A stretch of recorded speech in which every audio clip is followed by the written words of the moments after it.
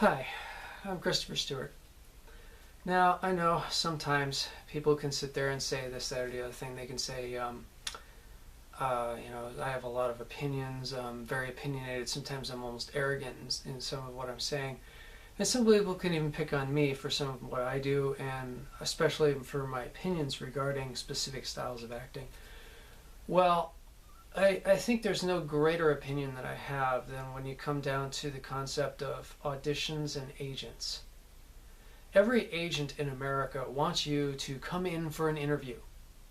They want you to audition for them. The whole American standard is, if you can't audition for your agent, how could you audition for a director? And they want to make sure that you are presentable. And what do they look for in these auditions that they make you do? They look for, how presentable are you? What is the cut of your hair? How long is the cut of your hair? What about your voice? Is your voice something they like? Is your style something they particularly like? Are you a comedian? Are you going to make them laugh? They did this with people like Robin Williams, Eddie Murphy, so on and so forth. Are you going to be the great comedian? Are you a Rorschach actor? Show me your Rorschach. Do you look up from the paper? Do you look down at the paper all the time? How is your presentation? That's what they look at. Crap, it's so tiny that they don't even realize what they're looking at. You could give them command performances to your dying day and they wouldn't even realize what you just did. Okay? To prove this point, I am going to destroy a performance. Sorry, I know. My friend Val Kilmer would sit there going, "Bad, Chris, bad! Don't do that, bad!" But I'm going to do it anyway. So Sam Worthington, I'm sorry, bro. I'm going to totally destroy you. I've never met you. Nothing against you personally. Nothing against your act. You're a great person. But I'm going to completely destroy your performance. Now, you have to realize that I know James Cameron. I worked with James Cameron numerous times with Roger Corman Productions. And he was a great cameraman. He was fantastic with makeup. He helped me with a lot of things in theater. And he did a film called Avatar.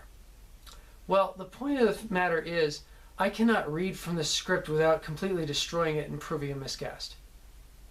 There's a reason for that. And I'm going to show that to you. The reason is, you don't put acting students in an audition against an Oscar winner. You just don't. Okay? Because the acting student has no chance in hell of getting the part. Because the Oscar winner blows them away every single time. Okay? Now everyone is familiar with the lines from Avatar. Everyone knows how it was performed. Everyone likes it or hates it or what have you. So I'm going to completely show you a different point of view.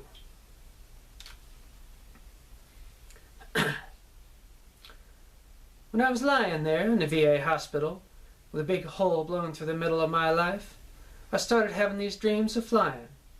I was free. Sooner or later, though, you always wake up. In cryo, you don't dream at all. Doesn't feel like 6 years. More like a fifth of tequila and an ass kicking. That's easy. That's not even trying. That's a cold read. And I'm not good at cold reads. Okay? That's not even taking time to practice. That's not even memorizing it. That's just a straight cold read. Okay? Now what did I do? I took the accent of the lines. Every piece of script, every form of writing has its own voice. It's the voice that the writer originally pictured in their head. It's how the writer decided the character should be. Now, anytime in lines, which is almost a cliche, and it is sometimes good to show a performance which is not cliche, which is read completely differently just because you're breaking the cliche. And in that, you have Sam Worthington, who did a good job because he broke the cliche. But anytime you have a line like a fifth of tequila and an ass kicking, what are you going to draw from that line? That line was developed in the Midwest. The entire saying was developed in the Midwest. So if you attach a Western, Midwestern, or Southwestern accent to it, you get the perfect character. You get the character that is designed by the words. This is one way to build an accent for a character. This is one way to start into a veil for a character, because you're actually building it from the concept of these are the lines, what is the accent in the lines? And every script has this. There are scripts that have accents from New York, there are scripts that have accents from California, etc. And you can actually go into the lines and pull out a character's accent from that. But by the same token, if I did that for an agent, would they hear it? No. They wouldn't hear it at all. They wouldn't even know I did an accent, because they're not even paying attention. They're not even listening. So how does somebody like me, who works in accents, get a agent to suddenly go, hey, wait a minute, that was kind of cool? Because they have to open their ears.